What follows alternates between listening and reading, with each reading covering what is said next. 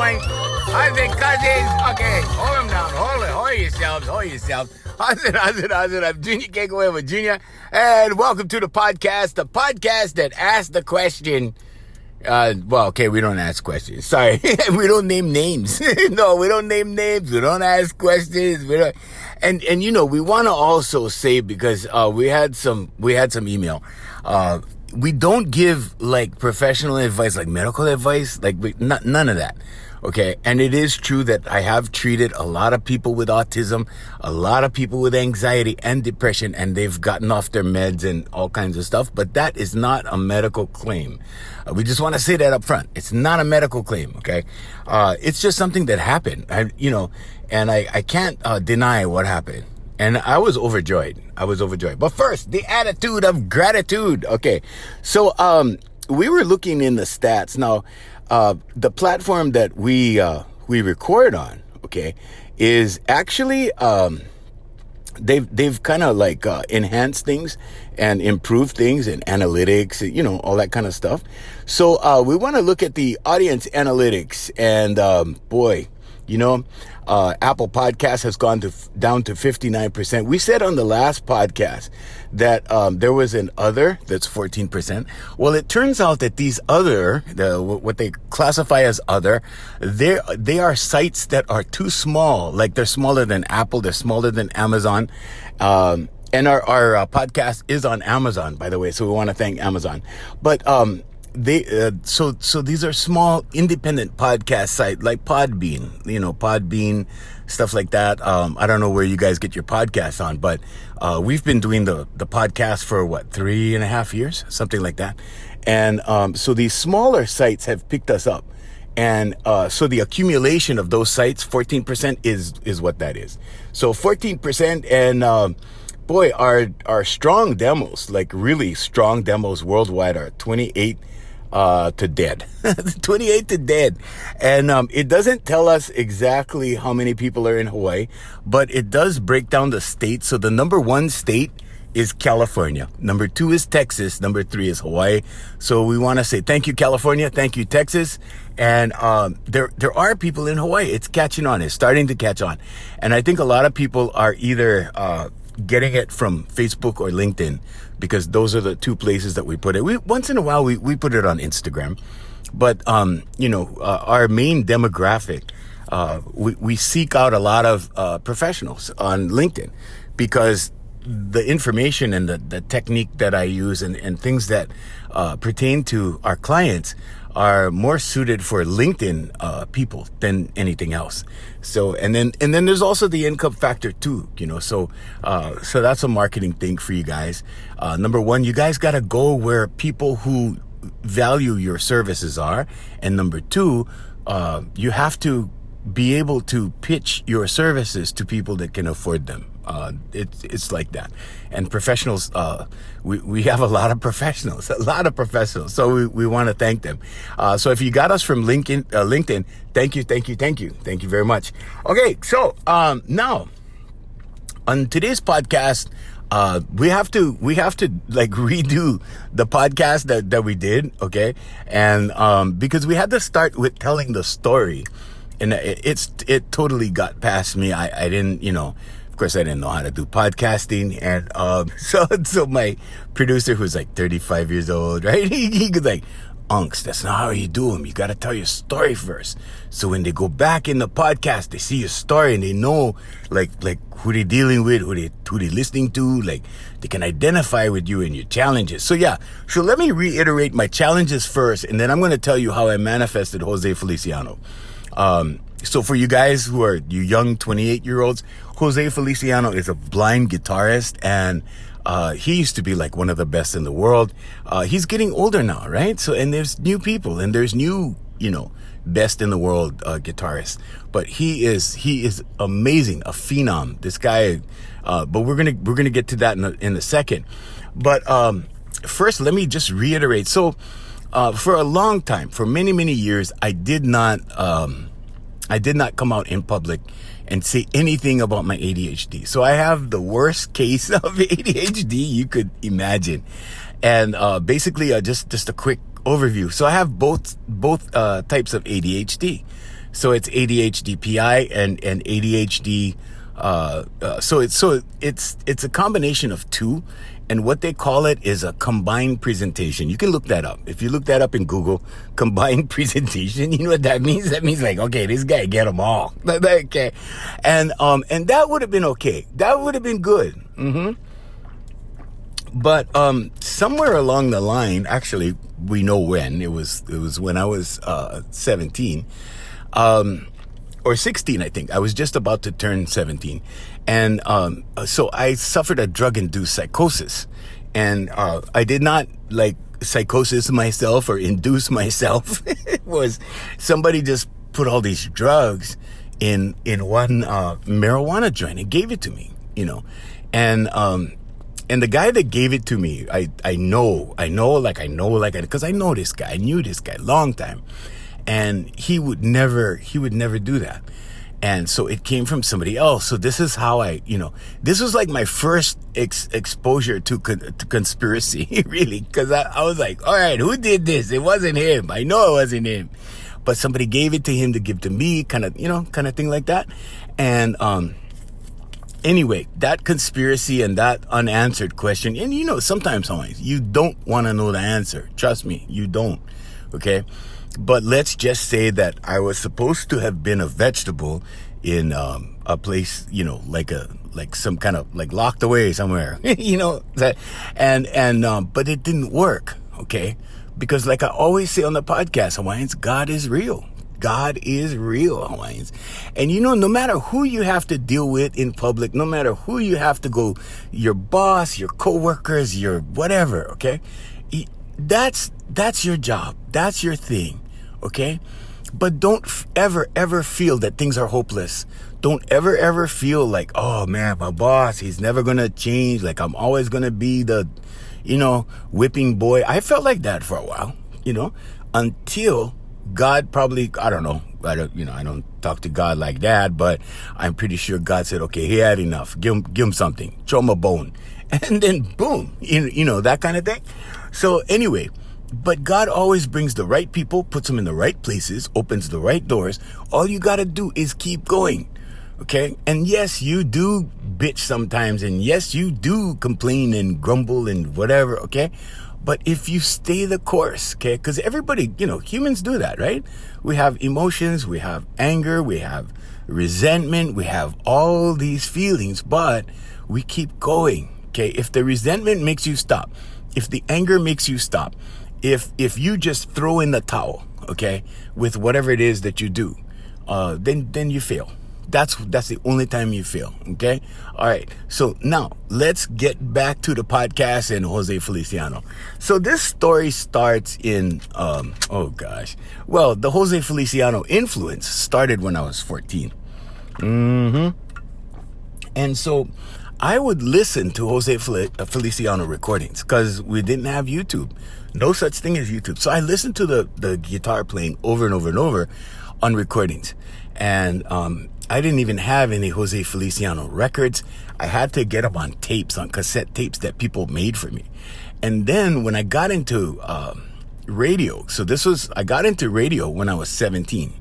Okay. Right before my 18th birthday, I got into radio. And I started working, in radio. I went to broadcasting school. And then I started working in radio like a couple months after I went to school. And then I never wanted to complete my school and never went back until an uncle of mine told me, he goes, your mom paid for your school. You gotta go get that diploma and whatever, And so I did go back and I got my diploma, and I don't know when I went back. I think I went back like in my mid-20s. I went back and, because I knew the guys. I knew the guys at the school and everything. And I went back, got the diploma, mailed it to my mom, and, the rest, as they say, is history. But my thing in radio was never for radio. I never dreamed in my life like to be a radio guy, right? Now, a couple other things happened along the way. See, so I had an uncle that used to play music, and he was actually my first mentor. And he, kind of made me do the business end of things. And so now I'm a business guy. I've been a business guy for a long time. And, and sometimes I'll say some business stuff on the podcast, and that's just to give you an overview and whatever. It's not meant for any professional kind of directives or anything. Okay, please, don't do that, because I've made mistakes in business. I know guys that have multi-million dollar corporations, okay, that do stuff wrong. So, in fact, during the pandemic, we saw a lot of that. And I saw a lot of my friends, and I was like, no, you guys should do this, whatever. And I offer what I can. But anyway, so, my uncle, right, had these record albums with Jose Feliciano on it. And I listened to the albums, and I mimicked the playing that I heard on the albums. I still mimic his playing. So when you hear me, play music and on the guitar, I don't know if you're going to hear too much of that now. But anyway, it's a lot of Jose Feliciano influence. So anyway, so the years go by, right? And when I'm 17, I get in the radio. I have access to more Jose Feliciano music, right? And I could put them on tapes. And I used to do that and take them home and listen and whatever. So that's how I learned. And then, around 2000, we had just moved into our professional space, and we were there like 22 years, yeah, something like that. And we had just moved into the professional space, and at that time I was diversifying. We had 677 square feet in our suite, and I was looking for different things to do because we had disposable income. And we had just outfitted the whole place, and oh gosh, we had like vending machines in there. I mean, you talk about monetizing things, and that's I guess my natural gift is to know how to monetize stuff. I mean, it really is a gift, because sometimes I look at something and I'm thinking already like, okay, how can this make money? And if you start looking at everything as a business always, life gets a lot easier, trust me. So we had all these things going on and a bunch of disposable income. And I'm like, okay, what am I going to do with this? So one of the things was, okay, let's try to bring Jose Feliciano to Hawaii in a concert. And because it was only for selfish reasons. It's because I wanted to meet Jose Feliciano, and I wanted to sit down and jam with him in his hotel room kind of thing, And that's the only reason why I wanted to do this. So yeah, there was selfish motives, right? And so, but it wasn't about money. It was not about money. So anyway, so I had a couple of meetings, right, with a local promoter. I'm not going to mention his name, but the guy was huge. He's no longer with us, but he was huge, right? And Jose just had a double platinum recording at the time, but he did it in Spanish. So this local promoter, who was like the all-time king of local promoters, didn't want to touch him, because he goes, no, he really hasn't had like a number one hit in America for X number of years, and it was a long time. He had a Christmas song that was huge, right? And he had this other song, Light My Fire, right? But he goes, no, he hasn't really had anything in America he had this one other song, Chico and the Man. Chico and the Man was a television theme, and I think that was his last one. I think that was his. So it was Light My Fire, it was Feliz Navidad, and then it was Chico and the Man. And so he goes, no, he hasn't had anything since the 70s. So this is 30 years, okay? And he was right. And I went to the meeting, everything. He was really nice to me. In fact, he gave me tickets to, what did he give me tickets to? He gave me tickets to Whitney Houston or something. I don't know. There was a few concerts where he put me on a VIP list. And, give me tickets, and wow, I was like, whoa, but he was saying, well, if you guys can put up, the 25,000 it'll take to, bring them, whatever. And I'm like, well, okay, we have a cash reserve, but I don't think we want to do that. It's like promotions is like, putting everything on red and spinning the wheel. Because if people buy tickets and they buy enough tickets, you make money, right? If nobody comes, or, half the people come, right? You're not going to make money. And the only place that would have been suitable would have been this place that we have in Hawaii, in Honolulu, called the Neil Blaisdell Center Concert Hall. And the concert hall is still small. I mean, for making back the kind of money it takes to, do this thing, it's really small. And it's very, very risky. And so unless you have a sure thing kind of, if you're bringing down Bruno Mars or whatever, that kind of thing, then yeah, you go for it, right? So I didn't realize how risky it was. But then after the meetings that we had, I think 2 meetings, I totally saw it. I totally got it. I'm like, oh, okay, all right, I see it. And so anyway, that happened, right? And then so I'm like, oh, okay, cannot. Now, in the meantime, right, the way that I came about this was that I went on the website. Now, this is totally life coaching 101 right there, okay? Gratitude. I went on Jose Feliciano's website when the web came on, right? And this was like back in the 90s, okay? And I had written a thank you letter on his website to him, emailed it to him, right, on his website, and thanked him for being such a great inspiration and someone that I looked up to and whatever. And I wrote it in this long letter, and I sent it, to him on the website, because I didn't know how to get in touch with anybody, right? These are celebrities, right? So I sent it to his website. Now, his wife got the letter, his wife Susan. And his wife Susan, right, relayed this message to somebody in Hawaii Kai. And, she relayed it to this guy, Uncle Bill, okay? We'll just call him Uncle Bill. And Uncle Bill relays it to this person in Hawaii Kai. Now, Hawaii Kai, for you people I know, majority of our listeners are outside Hawaii, but Hawaii Kai is an area. It's like a district on the island of Oahu in Hawaii. Okay, so this is how small the world is, okay?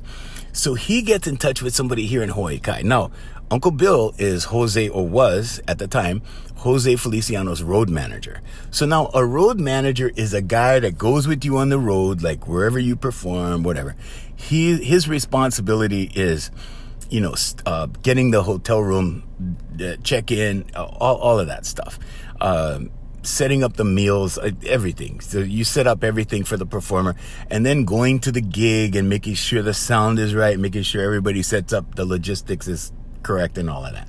So that's what a road manager does. And anyway, so I get this call from, back in the old days, it was calls, right? No text, right? And I get this call from this person in Hawaii Kai. And this person in Hawaii Kai was like, oh, well, we got a message from Uncle Bill, and yeah, we'd like to talk to you. Then give us a call when you can, right? So when I get this message, I call immediately. I'm like, whoa, so because I can see the channels in my head already, right? Boom, boom, boom, boom, boom, and so I call, and we had maybe a 45-minute conversation, and it was this lady who lived in Hawaii Kai, who got a phone call from Uncle Bill, who lives in the mainland, the U.S. mainland, and he was asking about me, right? And so I think her job, I know, her job was to kind of see if I was okay, kind of see if I was all right. Like I've been in so many situations like that in my life. I remember going into radio, and the program director wanted to see if I was the party type, they drink all night, cocaine, weed, all that kind of stuff, if I was cool. And but that's what this was, right? It's like, is he cool?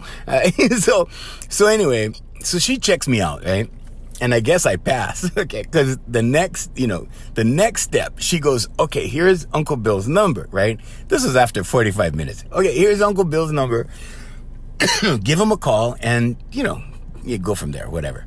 So I'm like, whoa, one step closer, okay? Now, at this point, I had not been exposed to the law of attraction or anything, or, not in the commercial form, The Secret, okay? But my uncle, when I was 13 years earlier, was, went to these string of seminars and was teaching me all these things. And basically, I guess the most I was doing was sitting down and listening, because he was my uncle, so I had to. So, and I was absorbing everything, but it just went in the back filing cabinet of my brain, and it just stayed there. So it got activated later in 2006, right? But this is 2000, and now I have Jose Feliciano's road manager's phone number. I'm like, yeah. So I call him immediately, right? Like the same day I called him. And he's up in the mainland, and so we start talking.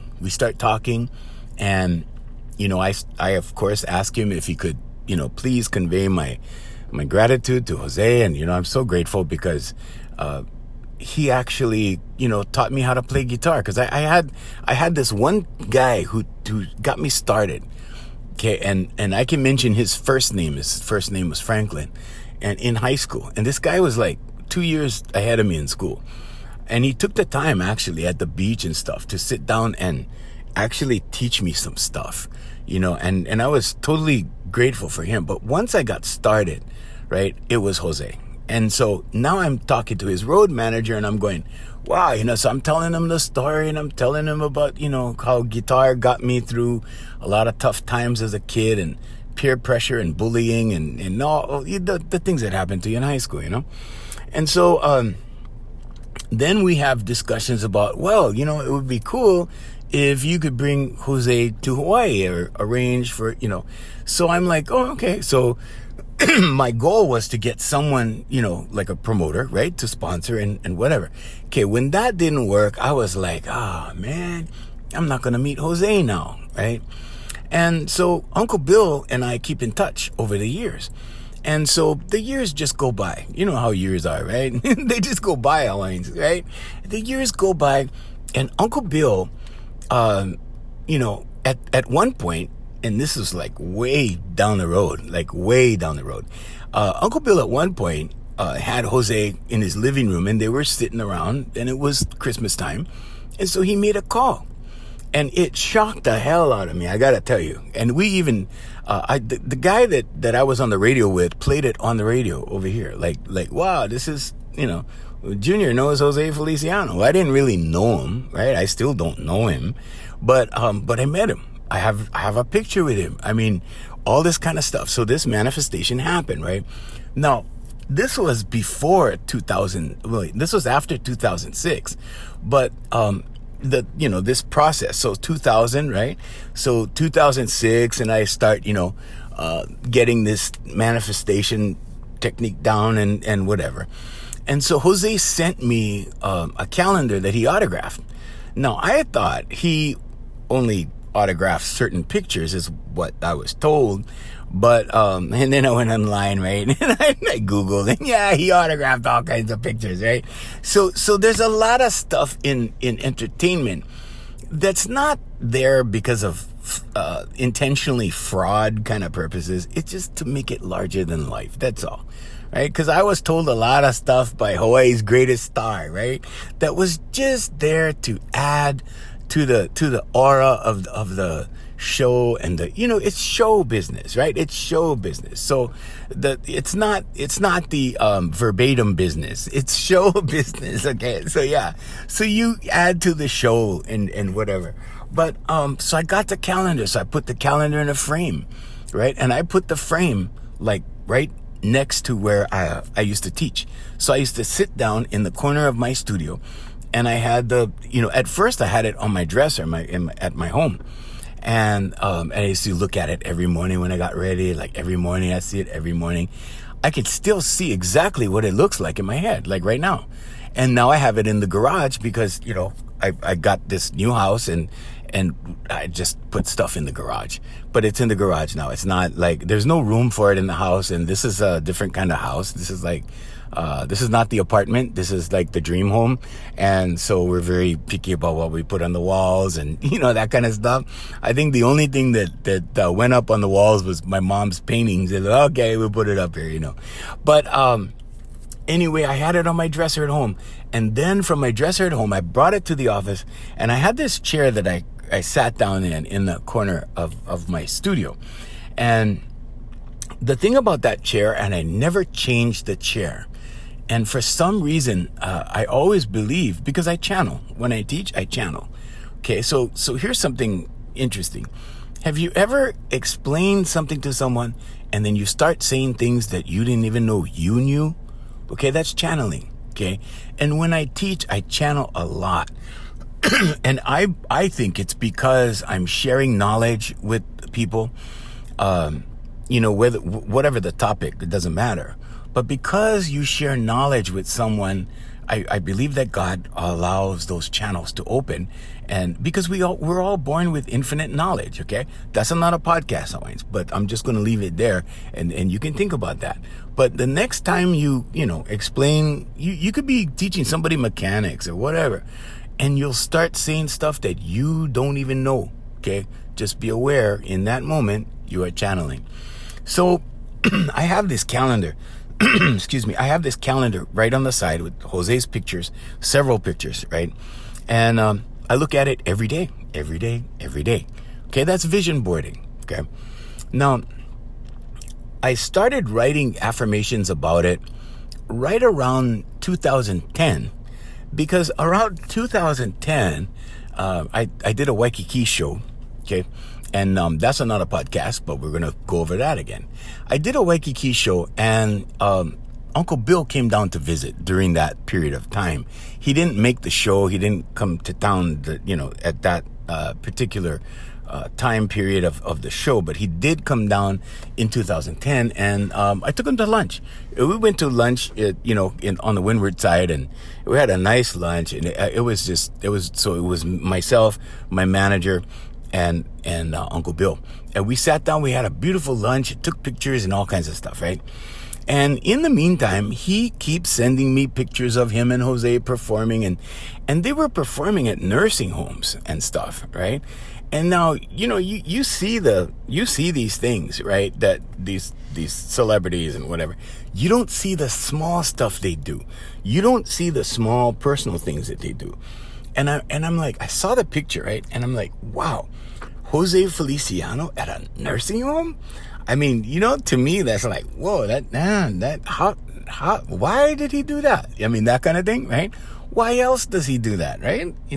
It's a humanitarian thing, right? So, and then like a couple years after that, right? He gets honored in New York City, Times Square or wherever it was, for his Christmas song during the holidays, right? So they flew him up. It was the anniversary of Feliz Navidad and big celebration. And then there was one time where he performed with Gloria Estefan, and it was a Latino thing. And the guy from, what's his name, from Menudo, that guy, okay? I don't. For some reason, I was never really big fan or whatever. During Menudo's time period, I was doing Filipino radio, so I was totally out of touch. But anyway, so they had this Latino thingy, and so he performed there, And this is while I knew his road manager, right? So, and we were corresponding and talking on the phone and all. Finally, I get the call for Christmas, and he goes, "Hey, wait, I got somebody who wants to talk to you." And in the background, I hear him talking to Jose. "Hey, it's Junior. He gives him the phone, and Jose comes on and, greets me and whatever. Now, I was out of the office, and that went on my machine. And when I got back to the office, I was like, oh, damn, I missed the call. You know what I mean? But I was working. I was doing work for our consulting company. The consulting company had just started, and we had a huge client that I had to service. So I was out a lot.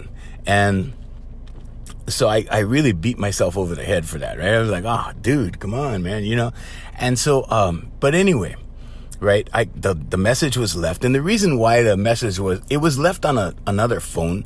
See, back in the day, I had several phones for each business had a phone, right? And then we started getting smart about that, and we went for a cloud service. There was no cloud service before. There was only these industrial phone systems, and that was way too much for us. It was too expensive. It wasn't smart. It wasn't cost effective. And then the cloud systems came out. So now if you call the office, you'll hear, okay, press 1 for this, press 2 for that, whatever. And there's a whole system, but it's cloud based now. So it's cheaper. I mean, anybody can do it. It's really inexpensive, but it solves the problem of having multiple cell phones, right? And that's what I had. And the phones were in the drawer, turned off. And then I just turn them on once a day and take all the messages and return all the calls and, that kind of thing. So, anyway, and that's the call that we put on the radio, right? And then he called again. And so anyway, and then I got to talk to him, right? So I talked to him twice for half an hour, whatever. And he is just a good fun guy. He's so good fun, right? And I'm like, oh man, okay, this is why can't I meet this guy? Something's going on, right? I start writing my affirmations, and every day I'm still looking at the poster with the pictures on it, right? I'm still every day. I look over, I see the thing, I look over, I see it. So I'm like trying to manifest this thing like crazy. Now, fast forward from 2010, 2015, 2020. Okay. Let's go back a little bit, like 2016, around there, 2016, 17, right? I made this comment to Uncle Bill because we were talking on the phone one day, and he's getting old now, right? And he's no longer, at that time, he was no longer the road manager. And he was telling me about, he still goes hunting and stuff. And he was telling me about, we used to talk about all that stuff. And then I happened to say, I said, Uncle Bill, I don't think I'm ever going to meet Jose. And he said, no, you're going to meet him. Don't worry. You're going to meet him. Don't worry. And, to me now, in retrospect, when I look back, right, that was me throwing in the towel. That was me going, okay, you know what? I accept this. It's not going to happen. Not meant to be, all of the above, right? And he said, no, you're going to meet him. And in my head, when he said that, I'm thinking, okay, how? All right, let's put a pause right here on the podcast, Hawaiians. The how is always God's job, okay? Remember that. The how is always God's job, okay? Now, here's the thing about manifestation and all of this, right? I get to the point every once in a while, okay? And I've gotten to the point of, that happened. This always happens to me. It happened as recent as maybe, I don't know, I want to say a week ago. Okay, and I work on a project, or I work on something, or I work at obtaining something, or I work at doing something, or whatever, and I go, okay? And then I get to the point where I hit the wall. Okay, hit the wall to me, okay, is either burnout from too much time spent, okay, or, which is what the majority of what happens for me. And number two, right, when you get to the point where things are so frustrating because it's not turning out, okay, and you throw in the towel, if it's just for, maybe it's just for that period of, or that moment of time. But what I do, right, is as I go, the hell with it, and I take a nap, okay, and I just give up. I release, I let go, and I take a nap, okay? Now, when I wake up, there's always something good that happens, always. And if you listen to Esther Hicks, if you look her up on YouTube or on the web and watch her videos and listen to her audio, you'll see that this is what she talks about. She talks about that you hold that thought for 16 seconds. And this is her method. You hold this thought for 16 seconds and then you let go and you release it into the universe, or release it unto God. The Christians say, let go and let God. Okay, I don't know what other religions say, because I've only been a Christian, so I don't know what the other people do, but that's what happens. Okay, and when I wake up from these times that I let go and throw in the towel, something good always happens. So at that moment when Uncle Bill said that, no, don't worry, you're gonna meet him, I had the biggest feeling of doubt ever. Like, I was like, yeah, right, okay. And I just, so we continued on with our conversation, and we talked about something else, and time went on, and okay. Now, it's now 2020. Okay. And actually, no, it was 2019. It was 2019 now. And I get a random call. I'm out doing my stuff, right? The hopes of ever meeting Jose have gone. It was gone for like almost 2 years, I want to say. And it was out of my head. It was, okay, let it go already. Go get pow. Gone. It's never going to happen. I accept it. Move on. Right around 2019 sometime. Okay, 2019, early in 2019, I get a call, and it's from Uncle Bill. And Uncle Bill's going, "Hey, Junior, Jose is coming to the Blue Note in Honolulu." I think it was July. In July, and this was early in the year. And he goes, "I wanted to know if you wanted to go. I'll have Johnny hook it up." Johnny is Jose's son. And he's also Jose's drummer, right? And I'm like, wait a minute, what did I just hear? Right? Like I kind of paused. I stopped in my tracks a little bit, right? And I still had the calendar, okay? Because I didn't purchase this home until, let's see, yeah.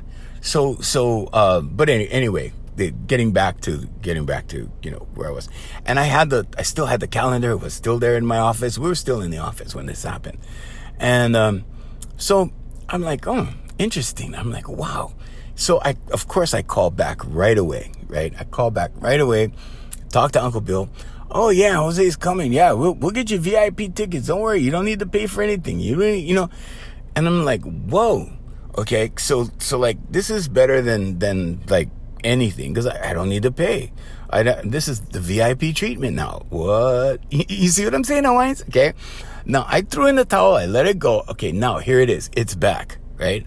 Now, I gotta tell you, I don't know when I heard about this. I think maybe it was February or March. Okay, I couldn't even sleep till July. That's an exaggeration, but I'm just saying that I was so excited, like, until July. I like constantly, like, oh, what's this gonna be like? I was trying to picture it in my head. I was, whatever. And this was amazing. This was an amazing thing that was going down, right? So I worked it out and, got the emails, and we were emailing back and forth, me and Jose's son. And okay, so now let's fast forward to the performance. So a couple interesting things happened when I was there, right? And so you have to be able to see the synchronicities in life. You have to be able to see, like, okay, this is happening, and that's happening, and that's happening. None of these things are coincidences. They are all working together. Okay, that's another podcast for another time, Hawaiians. Okay, but everything works together.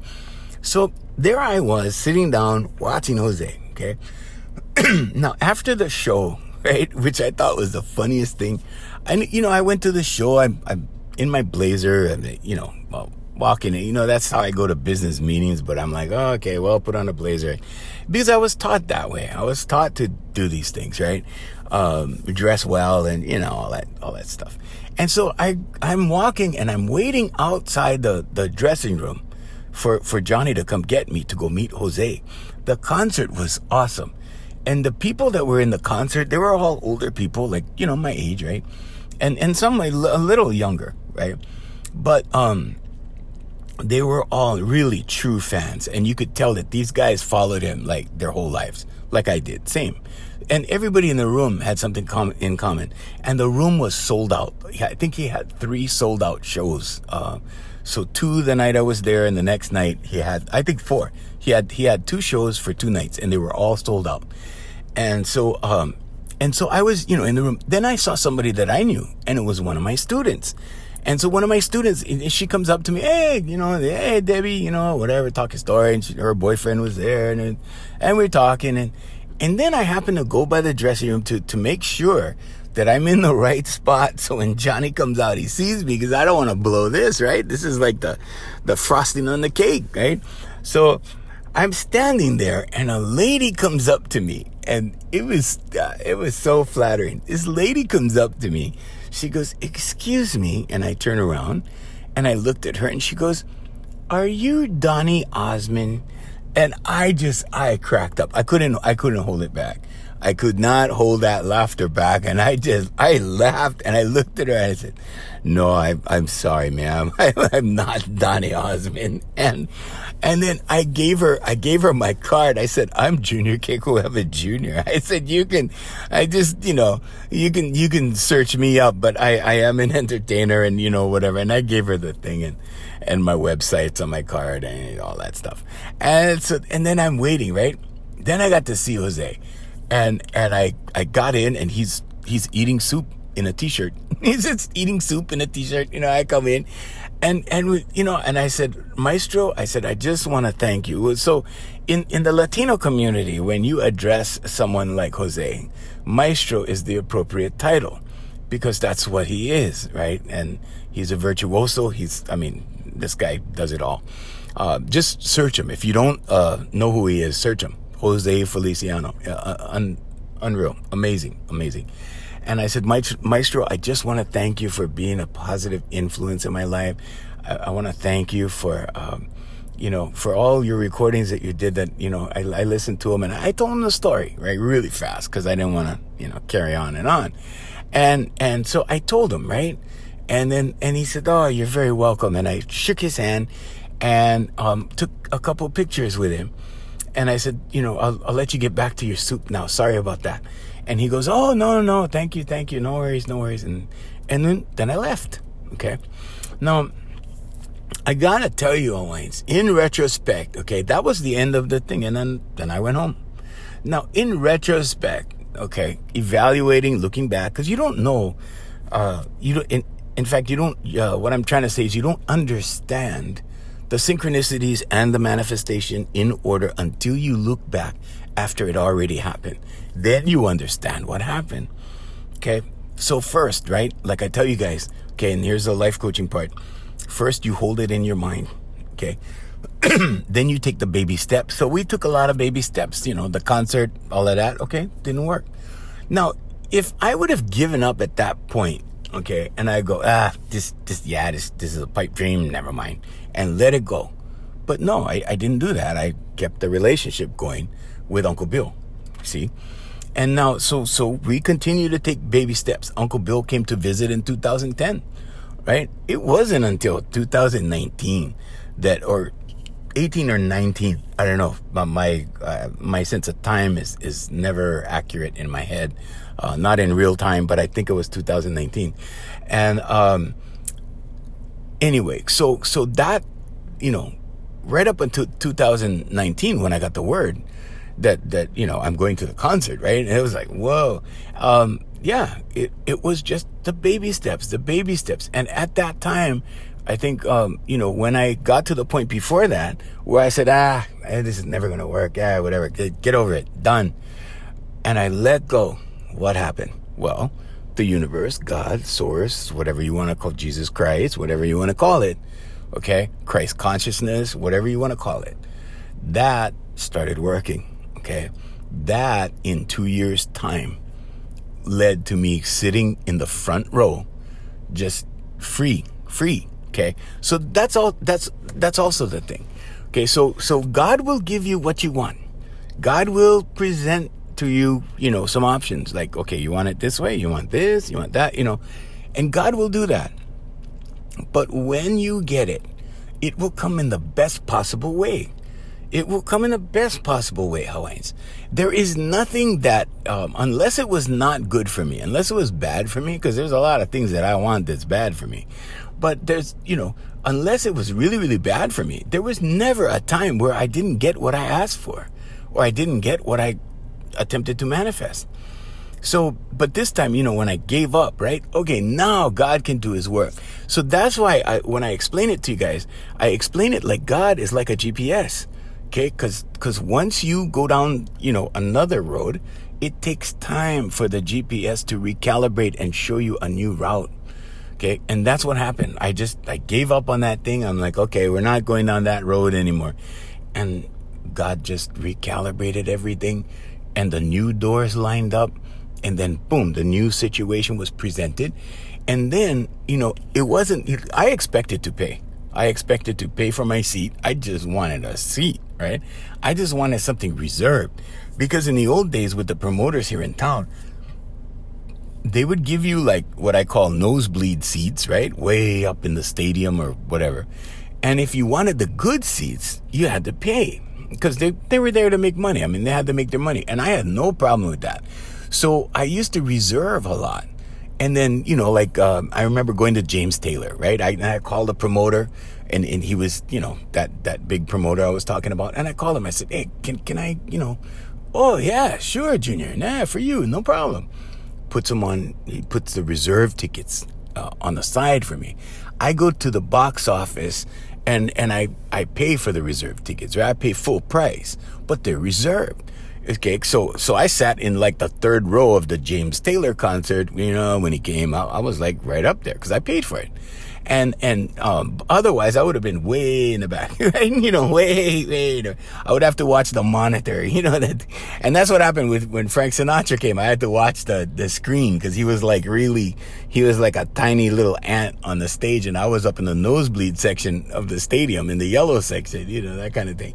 But anyway, so God will give you what you want in the very, very best way. And for me, when I look back, right, I didn't have to pay.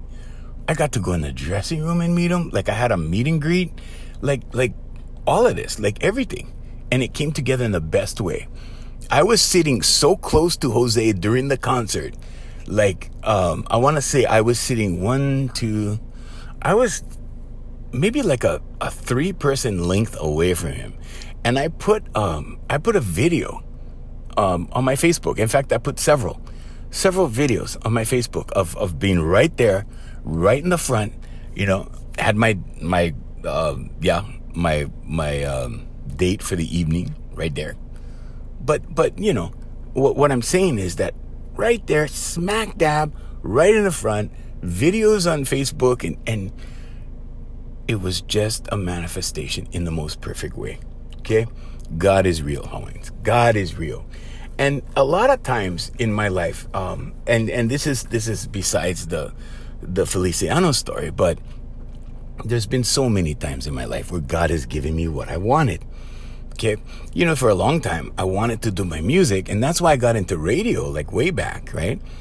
And I was looking for, making contacts and whatever. Well, maybe I was at the wrong radio station, or maybe I was at the right one. Because the lessons I learned there actually helped me in business, in my companies. It didn't really materialize into what I thought, right? So sometimes what you think and what you get are two different things. And that's why I say, you don't really need to plan the details, because the details are not going to go like you want. It's not. The details will go as they go. You just focus on that outcome. What do you want to do, right? And for me, it's like, I want to do my show. I want to do my show. I got to do my show, okay? I didn't get the showroom show thingy on a regular basis, kind of whatever, right? I got the wedding and party business, which to me was just as good, because the local people here in Hawaii that I performed in front of really appreciated me. They appreciated me, when I walked in the ballroom, like everybody shook my hand. They really, I want to say, embraced me and that kind of thing. I was well received. To me, that meant more than just being, pheasant under glass, right? On the stage in Waikiki, and different people in the showroom every night. It would be good, because that was my dream. But God gave me something else. I didn't have a record company to answer to. I didn't have producers to answer to. I didn't have people selling me drugs and getting me hooked on, this, that, and the other thing to keep me going, and forced into a work contract. I didn't have that. I didn't have a situation where I was working, and somebody else was getting the majority of the money. No, I got the majority of the money. My overhead was $100 for a long time, many years. Okay, and when you're charging $19.95 and your overhead is $100, I mean, you know what I'm saying? But that's the way that it was delivered. Okay, that's not what I asked for. I asked for a Waikiki show because that's what I saw growing up, right? I saw that. I saw Frank Sinatra, Dean Martin, Don Ho, all those guys, all the greats, Jerry Lewis, all these guys, right? And people that I'm sure my 28 demo does not recognize these names, okay? But these greats in show business, I saw that. And I go, okay, that's what I want to do. Now, when I read the biographies of these people and what they had to go through, and of course they made millions and millions and millions of dollars, okay? But their price was pretty darn heavy. I mean, really, the things that they had to do and the orders that they had to take, they were order takers. They were. But you got to do that at that level, right? So the other thing that happened, right, was that instead of being at that level and that kind of responsibility and, blah, blah, blah, right? God said, okay, here, look, we're going to let you bypass all that crap. Here, you can do the same thing. You can have a packed, a packed showroom, which is actually a banquet hall. Okay. You can have a packed banquet hall. Here, we'll put you in 1,500 people in the top of ballroom of the Hilton Hotel. Here, there you go. Boom. You got that. And then you don't have all the other baggage. You don't have all the other problems. You don't have all the other obligations. You don't have all that stuff. You don't have to go to rehab. You don't have to, all that stuff, right? And I was thankful. I was very grateful. I used to thank God. Every time we left the performance, I used to thank God.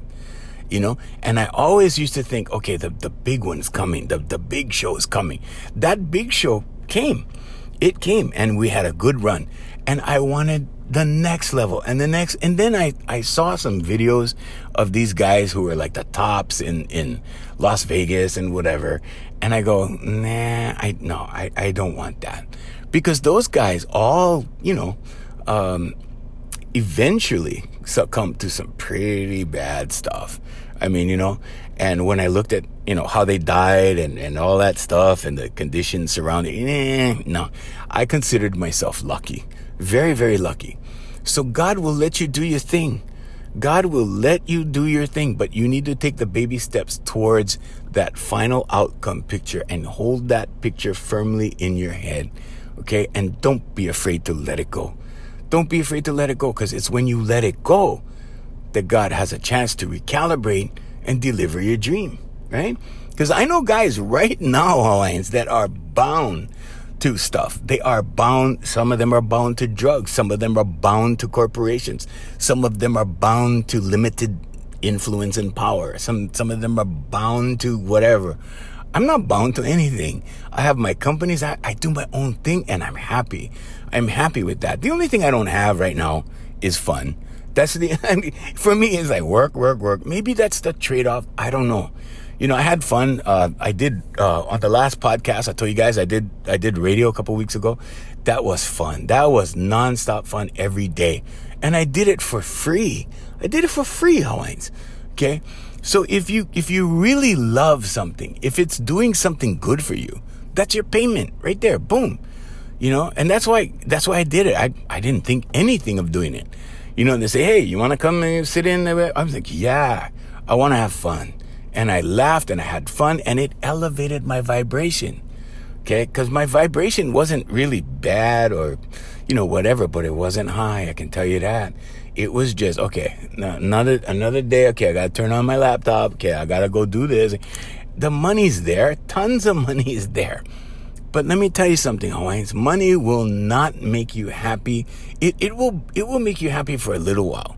Okay, when I get that Mercedes, that I'm on my this is the second Mercedes. The first Mercedes was like $50,000, right? This Mercedes is $65,000. I just placed an order for a $74,000 Mercedes, okay? And let me tell you something, Hawaiians. It's gonna be fun.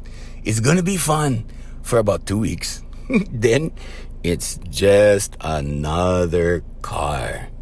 Trust me, okay? You know what's fun? Your kids.